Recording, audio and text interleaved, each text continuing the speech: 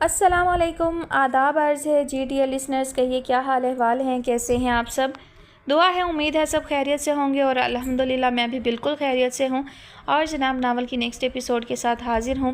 Novel کی فرمائش ہم سے کی ہے عافیہ ناصر نے۔ ناول کا نام ہے طائر لاہوتی، مصنفہ ہیں رفعت سراج اور آج آپ سنیں گے اس کی قسط نمبر 3۔ بھلا بڑی اماں عارفہ کی طرف جاتی اور ریبا ساتھ نہ جاتی۔ رات سے بھائیوں کے کان کھا رکھے تھے۔ ماہی آپی کے لیے لڑکا دیکھنے جا رہے ہیں۔ ماہی آپی جتنی پیاری ہیں، لڑکا بھی اتنا ہی پیارا ہونا چاہیے، یہ ہونا چاہیے، وہ ہونا چاہیے۔ اور اب وہاں سے آنے کے بعد چہرہ ہی اترا ہوا تھا۔ اے بہن، لڑکا پسند نہیں آیا؟ مظہر نے اسے تنگ کیا، جو اسے صرف 1.5 برس ہی بڑا تھا۔ بڑی اماں سمجھا لیجئے مظہر بھائی کو، یوں بھی میرا موڈ آف ہے۔ کیوں بھائی، اتنا تیز وولٹیج تھا لڑکے کا کہ تمہارا فیوز ہی اڑ گیا؟ اظہار مظہر سے صرف سال بھر بڑا، اس نے ریموٹ استعمال کرتے ہوئے اسے چھیڑا۔ میں سمجھ گیا، لڑکے نے انہیں لڑکی کہہ دیا ہوگا۔ یہ تو ان سے بھائی چارہ قائم کرنے گئی تھی۔ بڑی اماں تو تھکن اور گرمی سے پریشان اپنی مختصر ترین چوٹی کا جوڑا باندھ رہی تھی۔ ان کی تو سمجھ میں ہی نہیں آیا تھا کہ کیا بول رہے ہیں وہ۔ اسی دوران مظاہر بریف کیس اٹھائے باہر جاتے دکھائی دیے۔ اے کیا مظاہر کہیں جا رہا ہے؟ بڑی اماں کے حواس کتنے ہی جواب دے رہے ہوں مگر پوتوں کی آمد و رفت کے معاملے میں بالکل الرٹ رہتی تھی۔ اے ذرا بلاؤ اسے، اب کیا جانے کا وقت ہے؟ حالات ویسے ہی خراب ہیں۔ اکا جان، بڑی اماں بلا رہی ہیں، کہہ رہی ہیں حالات ٹھیک نہیں ہیں۔ ان کی سوچ ہمیشہ نیگیٹو رہتی ہے، حالانکہ ہم ابھی ابھی لڑکا دیکھ کر آئے ہیں۔ حالات بالکل ٹھیک ہیں، وہ اپنی مخصوص ٹیون میں چلائی۔ ہاں، سارے شہر کو سنا دے کہ لڑکا دیکھ کر آئی ہے، بدذات کبھی لڑکا نہیں دیکھا۔ عارفہ اتنا کہتی رہی واپسی پر کہ اماں تھوڑی دیر بیٹھ جاؤ، اور میں اس کی وجہ سے موٹر سے نیچے نہیں اتری کہ جنے بچیوں سے کیا کچھ کہہ بیٹھے ان لوگوں کے بارے میں۔ بتاؤ، وہیں بیٹھی کان میں کہہ رہی ہے، اماں لڑکا اچھا نہیں ہے، موٹا ہے، ماہی آپی تو روٹیاں پکا پکا کر ہی تھک جایا کریں گی، اگر وہاں کوئی سن لیتا تو۔ جی بڑی اماں، مظاہر تخت سے قریب آ کھڑے ہوئے اور زیر بحث موضوع سے قطعی بے توجہی ظاہر کی۔ بیٹے، یہ کون سا وقت ہے جانے کا؟ اب جاؤ گے تو کب لوٹو گے؟ بڑی اماں نے جی بھر کر نرم لہجہ اختیار کیا کہ کسی طرح مظاہر گھر سے باہر نکلنے کا ارادہ ترک کر دیں۔ بڑی اماں، بہت ضروری کام ہے، گاڑی آپ لوگوں کی وجہ سے بزی تھی، آپ ہی کا انتظار کر رہا تھا دیر سے۔ بیٹے، صبح بھی تو ہوگی۔ بڑی اماں، جانے دیں اکا جان کو، حالات سب سے زیادہ کشمیر اور افغانستان میں خراب ہیں۔ وہاں بڑی امائیں باہر نکلنے پر پابندی لگائیں تو صحیح بھی ہے۔ دیکھیں کیسے اچھے تیار ہوئے ہیں، کیا زبردست پرفیوم لگایا ہے۔ پھر بولی، زبان ذرا دیر کو نہیں رکتی، بڑی اماں نے ڈپٹ کر کہا۔ مظاہر مسکرا رہے تھے۔ وعدہ بڑی اماں، جلدی آ جاؤں گا۔ آپ لوگوں نے بھی اتنی دیر لگا دی، گاڑی جلدی آ جاتی تو جلدی چلا جاتا۔ ظہیر بھائی بھی گئے ہوئے ہیں اور شوٹنگ کے بعد بائک چلانے میں مزہ نہیں آتا، آپ لوگوں کو اتنی دیر کیوں ہو گئی؟ انہوں نے ہمیشہ کی طرح بڑی اماں کو پرسکون رکھنے کی انتہائی کوشش کی۔ اے وہ کیا کہتے ہیں، جہاں مہمان آتا اپنی مرضی سے ہے اور جاتا میزبان کی مرضی سے، اور پھر ہم تو بہت غور سے لڑکا دیکھنے گئے تھے۔ ریبا کی زبان میں پھر کھجلی ہوئی۔ بڑی اماں کی بات پھر کاٹ دی گئی تھی۔ غور سے دیکھنے سے کیا، اس کا دل جگر پھیپھڑے بھی نظر آ جاتے ہیں؟ اظہار نے گرہ لگائی سوالیہ انداز میں۔ اب جاؤ تو ٹیلیسکوپ بھی لیتی جانا، مظہر نے بھی مشورہ دینا ضروری خیال کیا۔ اب ایسا بھی فالتو نہیں ہوں اکا جان، مجھے تو لڑکا پسند نہیں آیا، کم سے کم ماہی آپی کا دلہا تھوڑا سا تو خوبصورت ہونا چاہیے۔ اس کے تو ابھی سے بال کم ہیں، شادی کے فوراً بعد بال اور اتر گئے تو ماہی آپی کے ساتھ بالکل اچھا نہیں لگے گا۔ اور ٹیلیسکوپ سے کیا دیکھنا، انہیں ویسے ہی دیکھو تو محسوس ہوتا ہے کہ ٹیلیسکوپ کے لینس سے آنکھ لگا کر دیکھ رہے ہیں، ہر سائیڈ سے اتنے سارے۔ مظاہر اور اظہار کا مشترکہ قہقہہ فضا میں ابھرا تو بڑی اماں کی جان جل کر خاک ہونے لگی۔ تم سب نے مل کر اسے سر چڑھایا ہے، ہر بات میں کودے گی چاہے مطلب کی ہو نہ ہو۔ ارے کیا بنے گا اس کا، ذرا تمیز نہیں کہ بڑے بات کر رہے ہیں۔ چلیں بڑی اماں، کوئی بات نہیں، آپ اسے کچھ نہ کہیں، آخر اس کا بھی تو دل ہے۔ آپ پھپھو کو بتا دیجئے کہ ہماری ریبا کو یہ رشتہ پسند نہیں۔ میں چلتا ہوں، یوں بھی بہت لیٹ ہو چکا ہوں۔ آپ فکر نہ کریں، جلدی آنے کی کوشش کروں گا، اللہ حافظ۔ پھپھو کو منع کر دوں، کس پرتے پر؟ میرے دل کو کوئی خوشی ہے؟ ہیرا بچی گہروں میں جائے، وہ بڑبڑاتی ہوئی پھر دراز ہو گئیں۔ بڑی اماں، آپ اکا جان سے کیوں نہیں کر دیتی ماہی آپی کی شادی؟ اظہار جیسے کسی دھیان سے چونکا تھا۔ ایسا ہو سکتا تو بات ہی کیا تھی، انہوں نے ٹھنڈی سانس بھری۔ اب وہ زمانے کہاں کہ جہاں بڑوں نے مناسب سمجھا پیام ڈال دیا۔ تو آپ کر دیں، کیا کر لیں گے یہ لوگ آپ کا؟ چاہے ظہیر بھائی سے کر دیں، چاہے اکا جان سے کر دیں، کتنی پیاری ہے ماہی آپی، ہے نا اظہار بھائی؟ ریبا کو بھی اظہار کا آئیڈیا دل و جان سے بھایا۔ کر چکی ہوں تمہارے بھائیوں سے بات، بڑی اماں چڑے ہوئے لہجے میں باقاعدہ ہاتھ جھٹک کر بولی۔ اللہ اظہار بھائی، ان کا گھر تو کچھ بھی خاص نہیں ہے۔ ریبا کو ایک اور پوائنٹ یاد آیا۔ بہت غلط بات ہے ریبا، اللہ سے توبہ کر۔ کچھ پتہ نہیں ہوتا بیٹی کے نصیب کا، بیٹی کے بھاگ کھلنے پہ آئیں تو خالی گھر بھر جاتے ہیں۔ بدذات مت بے دھڑک بولا کر، پرائے گھر کا منہ دیکھنا ہے تجھے بھی، بڑی اماں نے فوراً ٹوکا۔ یہ پرائے گھر کا صرف منہ نہیں دیکھے گی، بڑی اماں جاتے ہی وہاں کی اینٹ سے اینٹ بجا دے گی۔ مظہر اچھا بھلا خوابگاہ میں جا رہا تھا، اسے تنگ کرنے کی نیت سے واپس پلٹ کر حصہ لیا۔ میں کہیں نہیں جاؤں گا، ہمیشہ ہمیشہ انشاءاللہ یہیں رہوں گا، اس نے چلا کر اعلان کیا۔ تیرے منہ میں خاک، بڑی اماں کی ہول اتنی باقوت تھی کہ تڑپ کر اٹھ بیٹھی۔ سبیحہ کمرے میں داخل ہوئی، پیچھے پیچھے ملیحہ بھی تھی۔ وہ سر جھکائے بریف کیس سے نوٹوں کے بنڈل نکال کر گنتا جاتا تھا اور دائیں طرف رکھتا جاتا تھا۔ لگتا ہے اب ڈاکے بھی ڈالنے لگے ہو، سبیحہ نے افسردہ مگر تلخ لہجے میں اسے متوجہ کیا۔ اس نے چونک کر سر اٹھایا۔ یہی سمجھ لیں، اس کی بے نیازی قابل دید تھی۔ کم از کم اتنا تو لحاظ کر لیا کریں کہ ہم تمہاری بہنیں ہیں، کبھی کبھی ادھر آنا ہوتا ہے۔ ملیحہ اس کی بدتمیزی برداشت نہ کر پائی۔ کیوں کرتی ہیں یہ زحمت؟ اس کا انداز قطعی سنگ دلانا تھا۔ ماں ہوتی ہے ادھر ہماری، اس سے ملنے آتے ہیں، سبیحہ نے ناراض لہجے میں جواب دیا۔ تو کیا آج رات 12 بجے تک ماں سے ملاقات نہیں ہوئی؟ گھر ہی میں تو تھی۔ اس کے اس توہین آمیز انداز پر سبیحہ کی آنکھیں بھر آئیں۔ بہت اچھا صلہ دیا ہے ہماری محبتوں کا، اس نے بھرائی ہوئی آواز میں کہا۔ آپ لوگ محبت کرتے ہیں کہ کاروبار؟ وہاں سے وہی اندھا جواب۔ پاشا، اماں جان بہت پریشان ہیں، ان کا بی پی شوٹ کر گیا ہے، تمہیں اپنی ماں کا خیال بھی نہیں؟ ان کا بی پی اس لیے شوٹ کر گیا ہے کہ انہیں میرا خیال نہیں، سیدھا سا کام ہے اور وہ جان پر کھیل رہی ہیں۔ تم سیدھی راہ پر ہوتے تو یہ کام واقعی سیدھا سا تھا، ملیحہ نے اضافہ کیا۔ تو پھر میں خود کر لیتا ہوں یہ سیدھا سا کام۔ خبردار پاشا، اس فلمی اداکارہ کی وجہ سے جو کچھ ہوا اس کی باز گشت آج بھی ہمارے سسرالوں میں موجود ہے۔ کیسا تماشا بنایا تھا تم نے ہمارا؟ وہ تو تمہارے بہنوئی کے مزاج میں جو نیکی اور بھلائی ہے اس کی وجہ سے وہاں آسانی ہو گئی، ورنہ تم نے تو ہمیں کہیں کا نہیں رکھا تھا، سبیحہ نے بھڑک کر کہا۔ وہ خود میرے پیچھے پھرتی تھی، حالانکہ اس کا شوہر بھی موجود تھا، کراچی کا نامی گرامی جوئے باز، سٹے بازار کا شہ سوار۔ اس مرتبہ کے ورلڈ کپ پر اس نے جو جوا کھیلا، آج بھی اس کی لک کے چرچے ہیں۔ اگر اتنے مالدار آدمی کی بیوی میرے پیچھے دوڑ رہی ہو تو میں کیا کر سکتا ہوں؟ کتنی شرم آئی تھی ہمیں اخبار میں اس کے ساتھ تمہاری تصویریں دیکھ کر۔ ہمیں تو تم نے یہ بتایا تھا کہ شارجہ جا رہے ہو، اور اخبار میں لکھا تھا تم 2 ماہ سے اس کے ساتھ پیرس میں تھے، ملیحہ نے کہا۔ اپنے خرچے پر لے کر گئی تھی، اس نے ڈھٹائی سے کہا۔ یہ تو تمہاری ریپوٹیشن ہے، خواب دیکھ رہے ہو عزت دار گھرانے کی لڑکی اپنانے کے۔ سارے عزت دار لوگ ہی ادھر گانا سننے جاتے ہیں، اور نیک معصوم خاندانی بیویاں فجر تک ان کا انتظار کرتی ہیں۔ جب وہ عزت دار گھرانوں کی عورتیں اپنے گھر میں بسا سکتے ہیں تو میں کوئی دنیا سے نرالی بات کر رہا ہوں؟ عموماً ایسا انجانے میں ہوتا ہے، کوئی جانتے بوجھتے اپنی بیٹی کو کنویں میں دھکا نہیں دیتا۔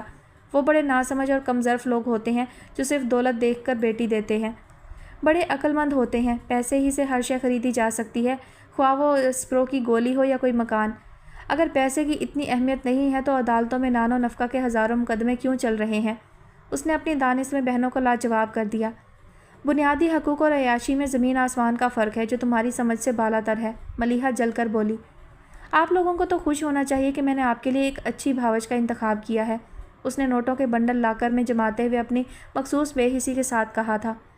ابھی ہم اتنے بے ضمیر اور خود غرض نہیں ہوئے ہیں کہ صرف اپنے غرض اور خوشی کی خاطر کسی کی ساری زندگی داؤ پر لگا دیں۔ آپ لوگ بھائی کے لیے اتنا بھی نہیں کر سکتے؟ لوگ تو دولت کی خاطر زندگی داؤ پر لگا دیتے ہیں۔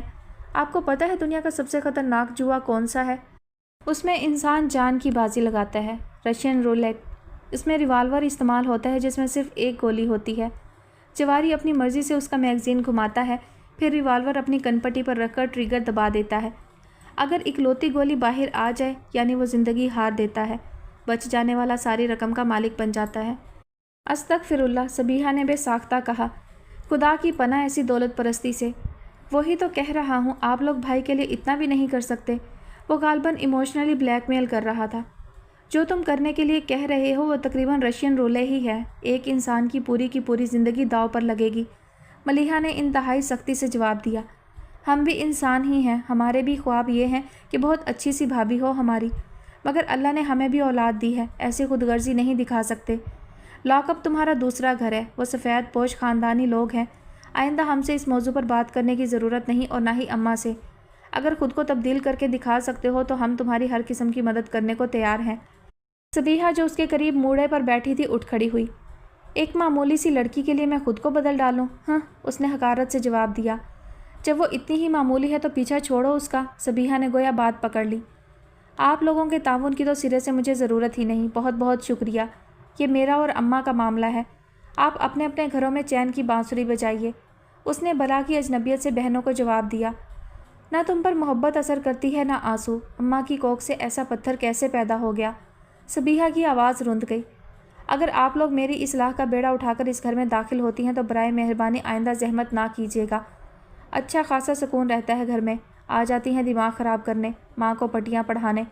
وہ غصے سے زہر اگلتا کمرے سے نکل گیا۔ چند منٹوں بعد گاڑی سٹارٹ ہونے کی آواز آئی تھی۔ اس کی آنکھ کھلی تو فوراً احساس ہوا کہ عصر کا وقت نکلا ہی چاہتا ہے۔ وہ بڑی عجلت میں باہر آئی اور سیدھی بیسن کی طرف وضو کی نیت سے بڑھی۔ سلام کرو ماہنور، مہمان آئے ہیں۔ اسے پیڈسٹل کے شور کے بیچ ماں کی آواز آئی۔ وہ چونک کر متوجہ ہوئی۔ برآمدے میں پڑی کرسیوں پر دو خواتین اس کی امی کے ساتھ بیٹھی تھیں۔ ان میں سے ایک تو وہ پہچانتی تھی، یعنی اپنی ہمسائی سید صاحب کی بیگم کو، دوسری کو وہ پہلی مرتبہ دیکھ رہی تھی۔ اس نے ذرا خفیف سے انداز میں سلام کیا تھا اور پھر پلٹ کر وضو کرنے میں مصروف ہو گئی۔ ان کے ماشاءاللہ 6 بچے ہیں، 5 بیٹیاں اور 1 بیٹا۔ منہاج حسین پاشا۔ بیٹیاں تو اللہ رکھے اپنے گھروں کی ہیں۔ ماہنور ناک میں پانی چڑھا رہی تھی، ہاتھ جہاں کا تہاں رہ گیا۔ پاشا؟ اس نے بڑی بے اختیار سی کیفیت میں پلٹ کر خواتین کی طرف دیکھا تھا۔ ذہن کی حالت یوں ہو گئی تھی جیسے معتدل فضا میں اچانک غیر متوقع آندھی آ جائے اور سب کا ذہن آندھی اور آندھی کے دوران پیدا ہونے والی صورتحال میں الجھ کر رہ جائے۔ اس کے علاوہ ہر اہم غیر اہم بات ذہن سے محو ہو جائے۔ وہ بھی بس ایک ہی کیفیت میں چکرانے لگی تھی، پاشا پاشا۔ سید صاحب کی بیگم تو اور بھی جانے کیا کیا کہہ رہی تھی، مگر اس کی سمجھ میں کوئی بات نہیں آ رہی تھی۔ الفاظ محض شور محسوس ہو رہے تھے۔ بہن بات یہ ہے کہ کئی بیٹیوں کے بیچ ایک ہی بیٹا ہوا ہے۔ باپ کے لاڈ پیار نے اسے بہت خودسر بنا دیا۔ حالانکہ بچوں کو بگاڑنے میں ماؤں کا ہاتھ مشہور ہے۔ بہت ٹیکے کے زور والے بندے تھے میرے مرحوم شوہر، اور میں بڑے چھوٹے گھر سے یتیمی کے دکھوں کے ساتھ ان کے گھر میں آئی تھی۔ لوگ کہتے ہیں کہ صورت کی وجہ سے مالدار گھرانے میں بیاہ ہوا، مگر میں یہی کہتی ہوں کہ جوڑ نصیب کا لکھا ہوتا ہے۔ میری تقدیر یہی لکھی تھی۔ مجھے اندازہ ہے کہ آپ کو میری بات اچھی نہیں لگے گی، مگر میں بہت مجبور ہو کر آپ کے دروازے پر آئی ہوں۔ قمر النساء کی عاجزی اور شرم ساری عارفہ کی سمجھ سے بالا تر تھی۔ عموماً لڑکوں میں خود سری تو ہوتی ہی ہے۔ ماہنور نے خود کو سنبھال کر بمشکل وضو کیا اور دوپٹے کو نماز کی نیت سے درست کرتی ہوئی کمرے میں چلی گئی۔ دروازہ کھلا ہوا تھا، ان کی آوازیں بخوبی کمرے میں بیٹھ کر سنی جا سکتی تھیں، مگر اب بیرونی آوازیں اسے چونکانے میں کامیاب نہیں ہو سکتی تھیں کہ اب ذات کے اندر بڑی چیخ و پکار شروع ہو چکی تھی، اور جب انسان ذات کے ہنگامے میں الجھا ہو تو زمان و مکان کی قیود سے ماورا ہو جاتا ہے۔ مادی حواس کی گرفت ٹوٹتے ہی وہ سماعت، بصارت، بلاغت و گویائی کو محض ایک گمبھیر خاموشی، ایک اٹوٹ سناٹے میں جذب کر دیتا ہے۔ مادی دنیا بے معنی و بے اثر اور بے تعلقی کا مظہر ہو کر ایک طرف ہو جاتی ہے۔ وہ اللہ جانے کیا کیا باتیں کر چکی تھی، مگر اس نے کچھ نہیں سنا تھا۔ اس کی اپنی ذات میں اس قدر نپی تلی باضابطہ اور اصولی گفتگو چھڑ چکی تھی کہ ہر سوال سہما ہوا اور ہر جواب بے رحم تھا۔ جانے اس نے کیا کچھ پڑھا تھا کہ چوتھی رکعت میں سجدہ سہو کرنا پڑا۔ دعا کے لیے ہاتھ اٹھائے تو ساری کائنات میں صرف رحم رحم کی بازگشت گونجنے لگی۔ اس کے ہونٹوں کا ارتعاش کن کے ارتعاش سے ہم آہنگ ہونے کو مچلنے لگا۔ اس کی انا ضد کی آندھی میں بگولے کی طرح ناچ رہی تھی کہ اس وقت ذرے ذرے کو آمین کہنا چاہیے، حق کو حق کے ساتھ ہونا چاہیے۔ ہر انسان اپنی ہر دعا کے لیے ایسا ہی اصرار رکھتا ہے کہ اسے ضرور قبول ہونا چاہیے، مگر دعا کی قبولیت کا تو وعدہ ہے۔ دعا تو ہمیشہ سنی ہی جاتی ہے، مگر بہت سے انسان دعا کی قبولیت کے معنی نہیں جانتے۔ قبولیت کے 3 انداز ہیں: جو مانگے وہی ملے، اس سے بہتر ملے، یا پھر صدقہ بن کر رد بلا ٹھہرے۔ مگر دعا مانگنے والے یہ بھول جاتے ہیں کہ یہ دنیا بہشت نہیں ہے، بلکہ بہشت سے بہشت تک کے سفر کی گزرگاہ ہے، ایسا سفر جو مشقت کی دھول سے اٹا ہوا ہے، امتحان در امتحانوں کے سلسلوں سے پٹا ہوا ہے۔ ایسے میں دعا کا صدقہ بھی بڑی امداد ہوتی ہے۔ دعا مانگنا تو عین سعادت ہے، دعا کے لیے ہاتھوں کو پھیلانا تو بجائے خود ایک خوشی ہے۔ سعید روحیں ناموافقت پر منہ سر لپیٹ کر نہیں لیٹا کرتی، دعا کے ذریعے رابطے میں رہتی ہیں، اور ادھر غرض و غایت ہی رابطہ ہے۔ امتحان نہ ہو تو ہاتھ اٹھانے کا دھیان کسے آئے؟ رابطے تو دھیان کے محتاج ہوتے ہیں۔ فطرت سے بددلی اور اغراض کا چلن فطرت کو بھی تبدیل نہیں کر سکتا، مگر رابطہ بحال رکھنے کی صورت میں بہت کچھ ہونے کے امکان روشن رہتے ہیں۔ مگر ابھی تو زندگی کا سخت اور پہلا امتحان تھا۔ پہلے امتحان پر ہوش اڑ جاتے ہیں، اور مسلسل امتحان پڑ جائیں تو ہوش ٹھکانے بھی آ جاتے ہیں۔ پھر فکر میں گہرائی اور لطافت از خود پیدا ہونے لگتی ہے، اور بہت سے بھید آشکار ہو جاتے ہیں۔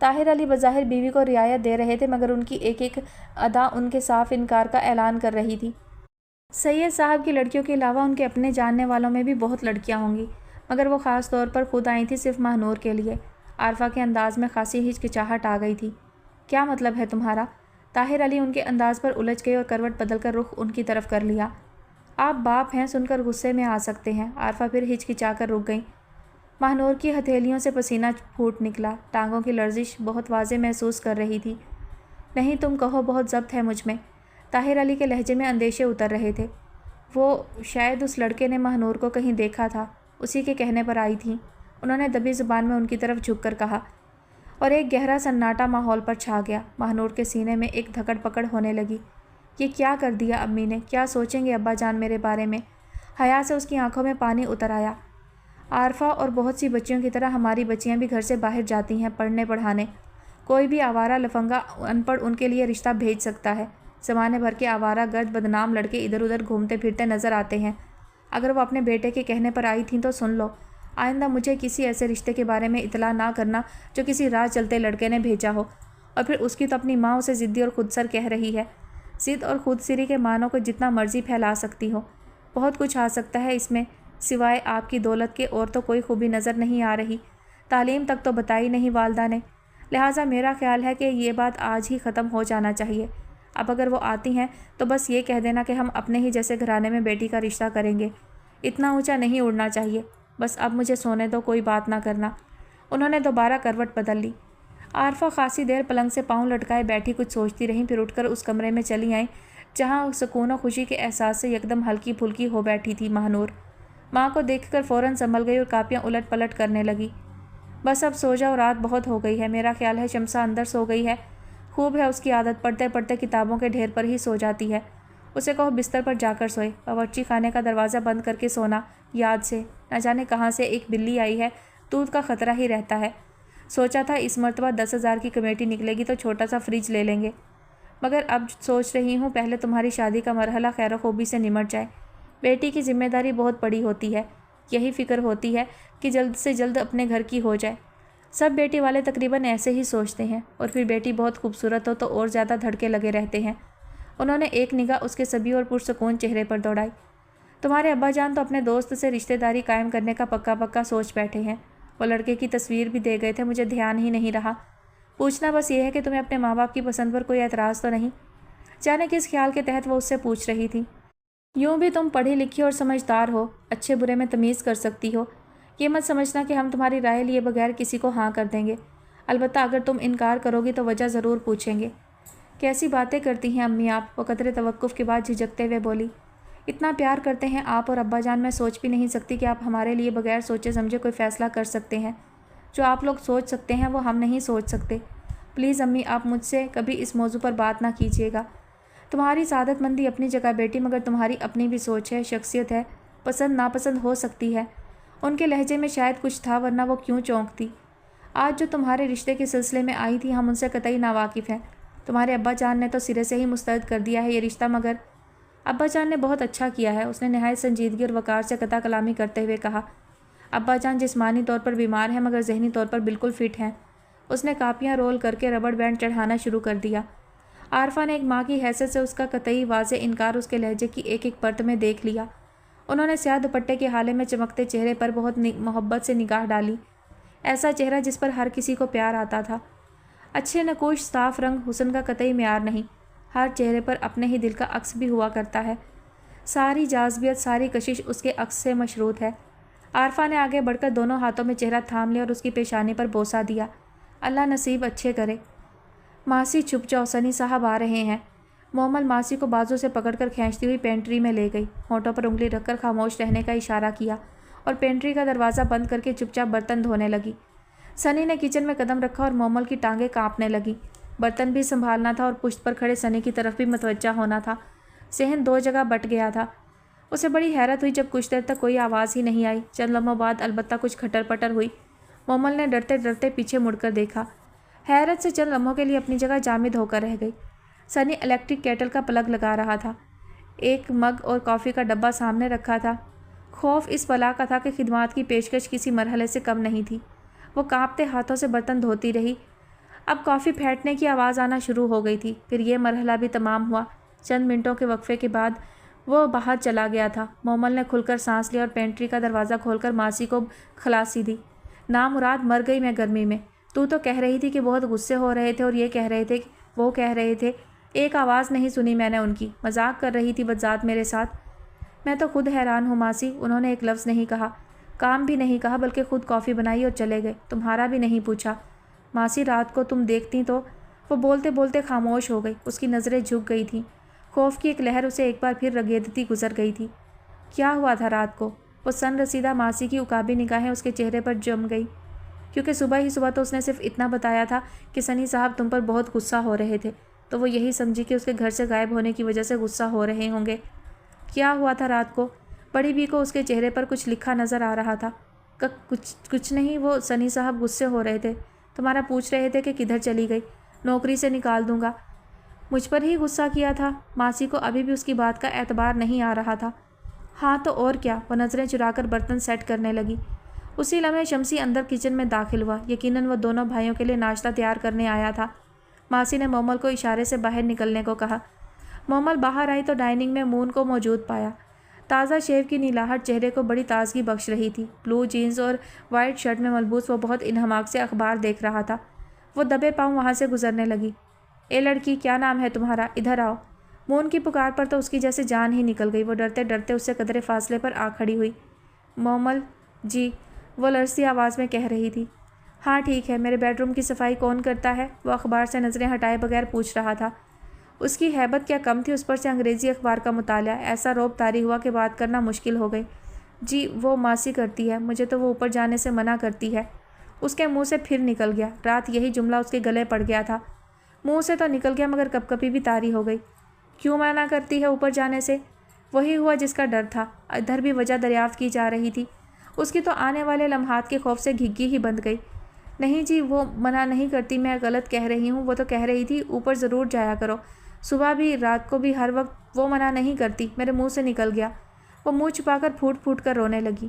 اسٹوپڈ، واٹس اے پزل، اس میں رونے والی کون سی بات ہے؟ میں تو صرف یہ معلوم کر رہا ہوں بیڈ روم کی صفائی کون کرتا ہے۔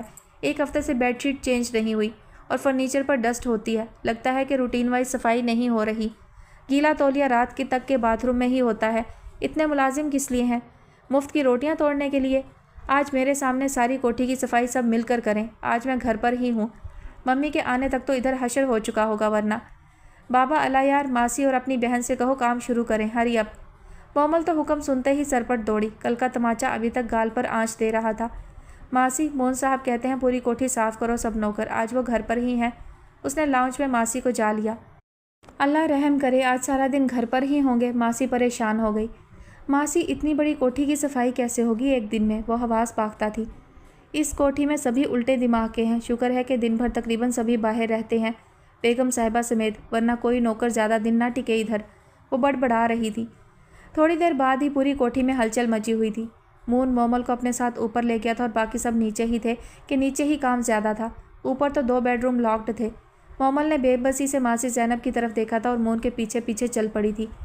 صاحب، باقی کو بھی اپنے ساتھ لے لوں؟ اس نے ڈرتے ڈرتے پوچھ لیا تھا۔ نہیں، قطعی اور مختصر جواب آیا تھا۔ مون نے اپنے کمرے میں پہنچ کر اسے کام سمجھایا کہ اسپیشلی کیا کیا کرنا ہے، بیڈ شیٹ کہاں سے حاصل ہوگی وغیرہ۔ خود ایک کرسی دروازے سے باہر نکال کر اس پر براجمان ہو گیا۔ اس کی موجودگی کے احساس سے تو یوں بھی کام کرنا مصیبت تھا، دوسرے ابھی تک اعتماد نہیں آیا تھا کہ وہ ایسا کام کر سکتی ہے جسے قابل اطمینان کہا جا سکے۔ لہٰذا ڈرتے ڈرتے اس نے بیڈ شیٹ بدل کر ڈسٹنگ شروع کر دی۔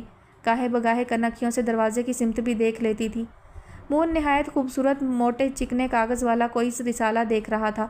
توبہ، کتنے شوق سے عورتوں کی تصویریں دیکھ رہے ہیں، اس نے آئیڈیا کی بنیاد پر سوچا، اور بیڈ کے سرہانے رکھے ڈیکوریشن پیس بہت احتیاط سے اتار کر کارپیٹ پر رکھنے لگی تاکہ خطرے سے بالا تر ہو کر آرام سے صفائی کر سکے۔